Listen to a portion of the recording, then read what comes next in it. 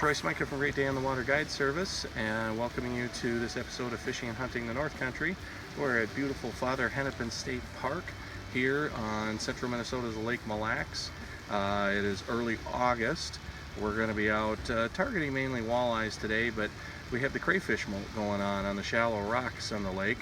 We'll talk more about that later while we're out on the lake, but that means in addition to walleyes up on the shallow to mid-depth rocks, we'll have smallmouth bass, northern pike, and perch, possibly even some muskies. As the crayfish are molting and changing their shells, they're soft and very vulnerable for a period of time. So perch are up there trying to eat them, walleyes are up there trying to eat them, walleyes are trying to eat the perch, pike are up there trying to eat the perch and the walleyes, smallmouth are up after the crayfish. So it's just the whole food chain going on. So we're going to be using a few techniques today, probably mainly slip lobbers with leeches and probably trolling some crankbaits as well. You can hear in the background we got a little bit of morning wind out here. It's common in Lake Mille Lacs. We have a cold morning, warm water, so we get a little bit of wind first thing, but not going to be too windy today, so we should be able to get out and do several techniques and hopefully catch a nice variety of fish. Stay with us. Right, you're fishing, you don't want Parker by fish there.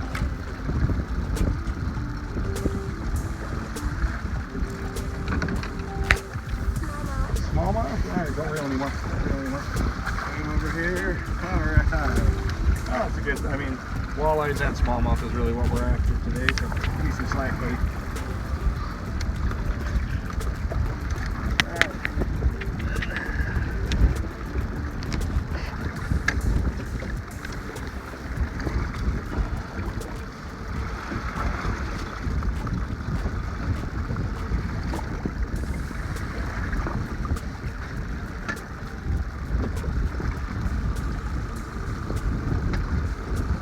Lip them there for the camera.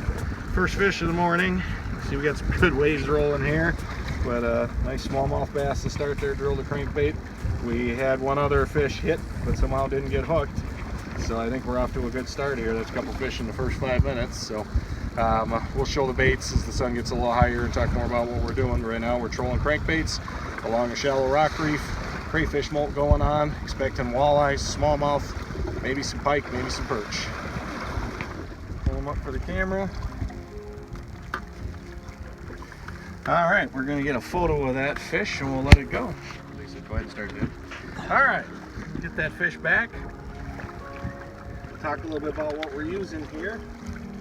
We're working rocks in about, we're fishing about 10 to 12 feet on a rock reef here.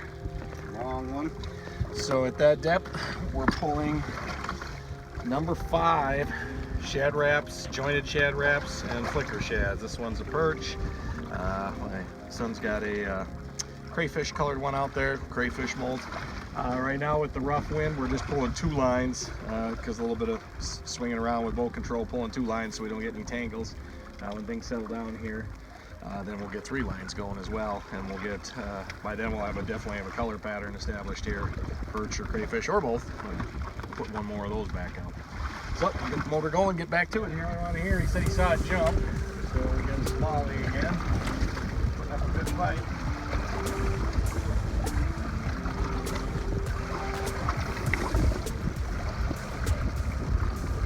Alright, see him. See him off to the left and keep going, bud.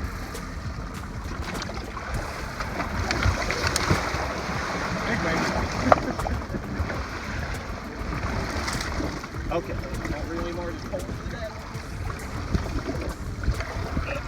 There we go. Alright, nice one, bud. A little bigger than the last smallie. Hook here for you. Okay, go ahead and pull him up with the camera there.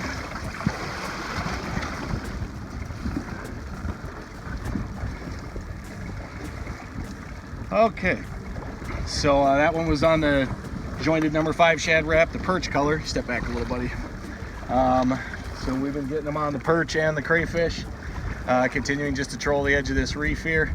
We'll get a picture. That's a nice smallie there, 17-incher. We'll get a picture of that and we'll let that thing go. But good job, Parker. Big smile.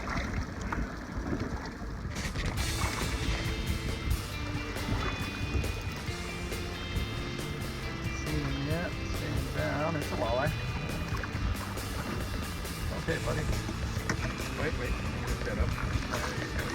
Only two.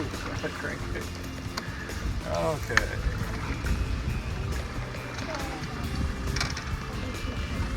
Okay, set them up here.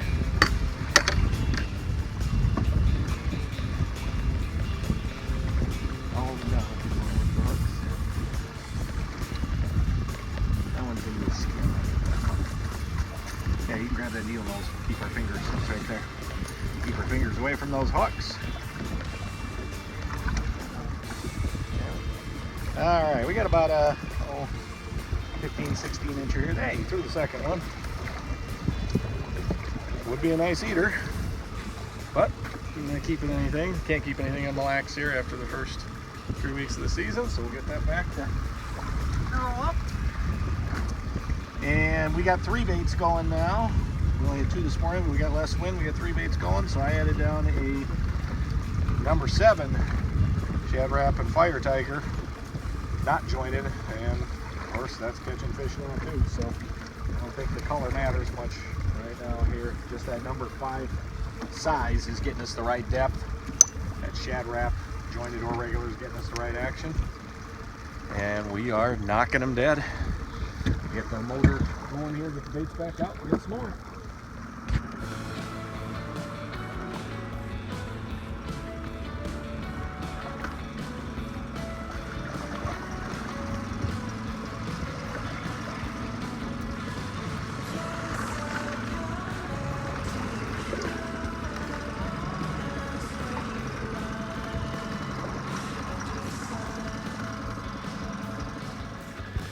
I got something here, doesn't feel real big.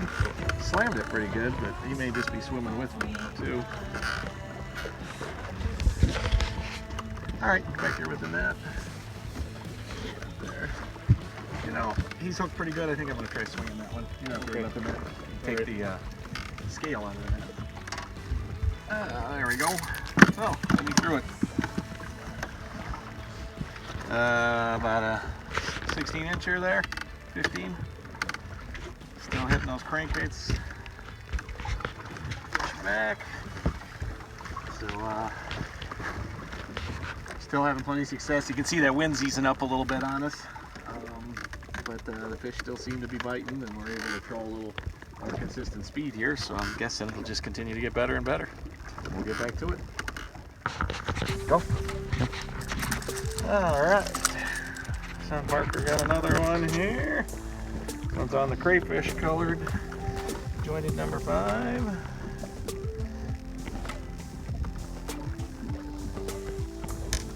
You give me that needle nose, buddy.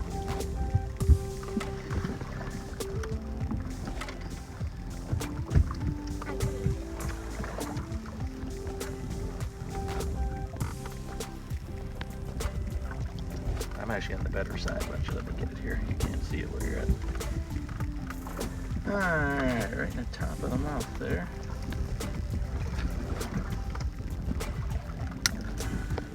Yeah, it's right through that bone.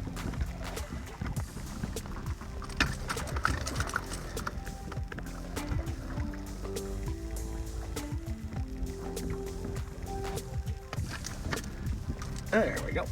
Alright. Yeah, just his mouth there. Get it under there. And a nice 17 incher there. One for the camera there. Good job, buddy. Go ahead and release him over here. That one I'll show the lure. That one's on the crayfish colored number 5 jointed Shad Rap. Right here. So we're using a number 5 jointed Shad Rap and a crayfish and a perch, and then just a number 5 regular Shad Rap and a Fire Tiger, and they're all catching fish. So good job, buddy. We'll get some more. Parker's behind the camera. Me and my dad have a double, so he'll be flipping back and forth between us.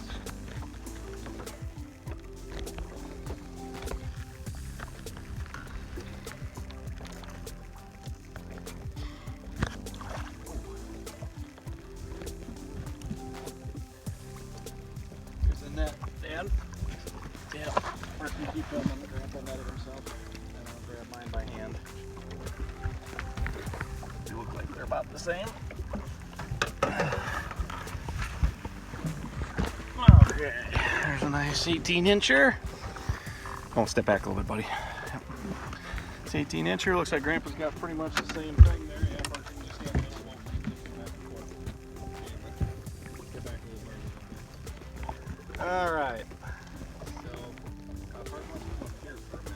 Right there, right down on the floor there. So we switched up. We were catching all those fish on crankbaits. We switched up to a slip bobber. You can see that wind we had this morning is gone. High skies, so they were starting to hit that crankbait and not get caught. Or, we had a couple coming button. I'm gonna get this fish back. About a nice 18-incher there. So we decided to try this. We're still in the same reef, but we slowed down and using a vertical approach now instead of a horizontal approach. Just a slip bobber on the main line down to a swivel. From the swivel, a liter of fluorocarbon, vanished fluorocarbon for stealth. Horizontal jig. This happens to be a Google Eye jig and a jumbo leech. And we're still here in about 10-12 feet of water, but since the fish seem a little bit touchier, we're gonna go with this more stealthy approach. So you can film Grandpa's there. I already put mine in bed. Oh, okay. About the same, 18, 19. So nice double to start us off there. So good idea. We do have the fish up here for that crayfish molt going on, but conditions change. The fish slowed down a little bit. They're still here. They're still here to feed. We just are gonna go with a little more stealthy approach. So hopefully that's just the first two of a bunch of them. Hi, we're back here literally 2 minutes after that double that we started out with the slip bobbers. My leech was still good. It didn't come off from my walleye, so I tossed it right back out there. And watch your foot there. We got something on here. Looks like it's a walleye. Looks like maybe a little bigger walleye. Pretty close. He's just fighting harder. Okay, another 18-incher there, 17 and a half. Thank you, pal. So, you gonna get the hook out for me?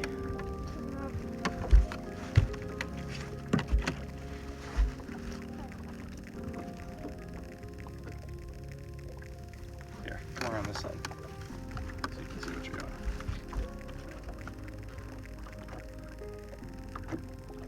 Get in there. There you go. There you go, toss that into the water. All right, so nice fish here. We're gonna get a photo of that and then let that fish go and we'll get back to it. And we'll get into more depth with some of the equipment a little bit that we switched over to as well. Okay, so a little equipment rundown here this morning. When we were doing the trolling, when we had the waves and the fish were up active on this reef, good and active, we were using 7-foot bait cast rods, St. Croix, with Abu Garcia bait cast reels, 10-pound test, Berkeley Fireline, Ultra 8 in the crystal color, and the rods were medium power with a moderate or a softer action. They bend a little more. That allows you to see that bait swimming, make sure you know it's swimming, and it allows that rod to load up and bend quite a bit to let the fish get the bait into its mouth when it hits. You'll catch more fish on crankbaits with a softer rod than with a real stiff one. Now I showed the bobber and the jig on the fluorocarbon, but what we're fishing it from is, well, depending on which one of us here, but we've either got 7 or this one is a St. Croix Tournament Legend that telescopes out from 6.5 to 8 foot. So one 8 foot, the other two are 7 foot St. Croix spinning rods, Fluger spinning reels, and we're using 8-pound test. Also the Berkeley Fireline Ultra 8 in the crystal color. And the longer rods, these are rods though with a stiffer action at the end. These are these are fast or extra fast tips. So there's not much bend, just a little bit at the end of the rod, and that's so you can get your slack line up while that bobber's down, and then the long rod, you use a long sweeping motion, and the very stiffer tip on it, quick tip, allows you to take that line up and get a good hook set. When you're trolling the crankbaits, you don't need to set the hook. They take care of that. They load the rod up and drive those treble hooks in themselves. Here you got to get your slack up, get that single hook driven in, often even through a balled up leech and then into the fish's hard mouth. So The equipment very important. And then this morning we were trolling with the Mercury 9.9 Pro Kicker at about, our speed this morning was right about, we're trying to stay between 1.8 and 2 miles per hour. Now we are using the Minn Kota Altera hooked up to or linked to the Humminbird, and right now we're anchored on a spot, still on the same reef that we were, but we're anchored on a spot, and it will fish with the bobbers. And if we've got 3 fish pretty quick, if nothing, we'll move a little bit looking for fish or looking for a likely spot, anchor up again. And when I say anchor, I mean just hit the spot lock button on that Minn Kota. So very slick, easy way to do things. Boat control much easier this afternoon now with the lighter wind. So that's our equipment rundown, what we've been using. Walleye, smallmouth, we've been getting them good here. Alright, my son's got another one here. We're still slip bobbering on that same reef we've been on all morning, and now it's actually early afternoon. A nice solid, about a 19-incher there. Yep. Been pretty much everything today has been from 15 to 20 inches, the walleyes. Smallies were 16 and 17 inches, so good job, fellas.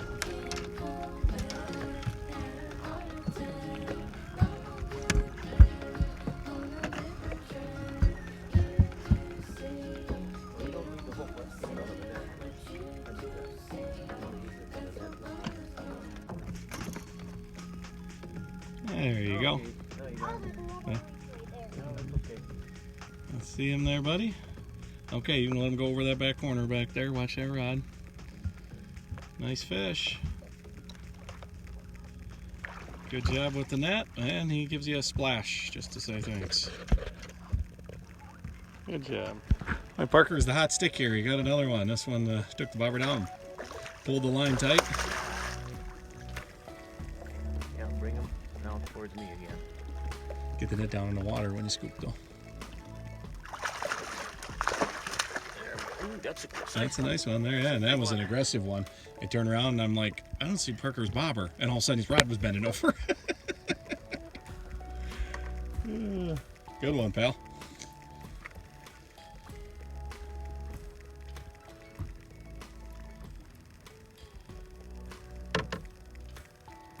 Trying to eat the net?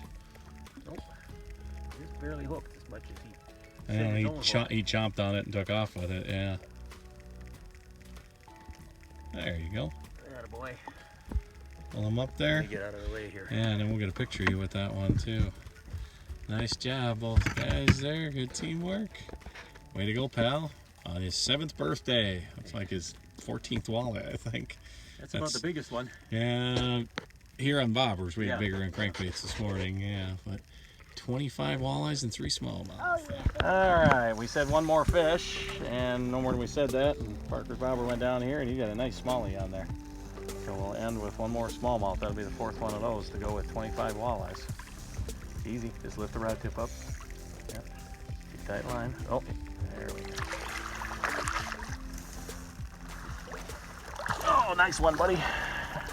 There's a solid 18 and a half inch, 3.5 pound chunk. Look at that beastie.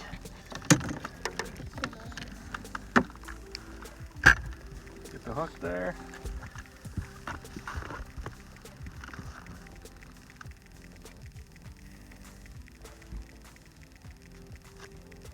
There. That's in there tight. Yeah. Oh, he's really got that in there. He was not going to come off. There. All right, hold him up there. Good job. Yeah, that's almost 19 inches. All right, we're gonna get a photo of that and let that baby go. Well, hope you enjoyed this episode of Fishing and Hunting the North Country. I know we enjoyed bringing it to you. 3 generations of Smutkas on Parker's 7th birthday. And we wound up with 25 walleyes and 4 smallmouth bass. We were fishing 10 to 12 foot rocks all day. Started out in the morning with some wind, trolling crankbaits and catching them that way. And then when the wind laid down, they got high skies like this, then we switched to slip bobbers with leeches and hammered them that way as well. Any large natural lake in your area that's got a lot of rock structure, Probably around this time, late July, early August, you're going to have the crayfish in the lake go on the molt. You can usually tell that just by being up by shoreline somewhere where there's rocks, and you'll see crayfish sometimes up in 6 inches of water even. That will bring a bunch of fish up and get a bite going on these shallow to mid-depth rocks. So bring pretty much all the predator fish in your lake up there, and you get the whole food chain going like we had. So we're going to head in. We've been out in the lake about almost 8 hours. We're going to head in and have some dinner and have a fire and listen to the Twins game. Good luck, and I will see you out there somewhere.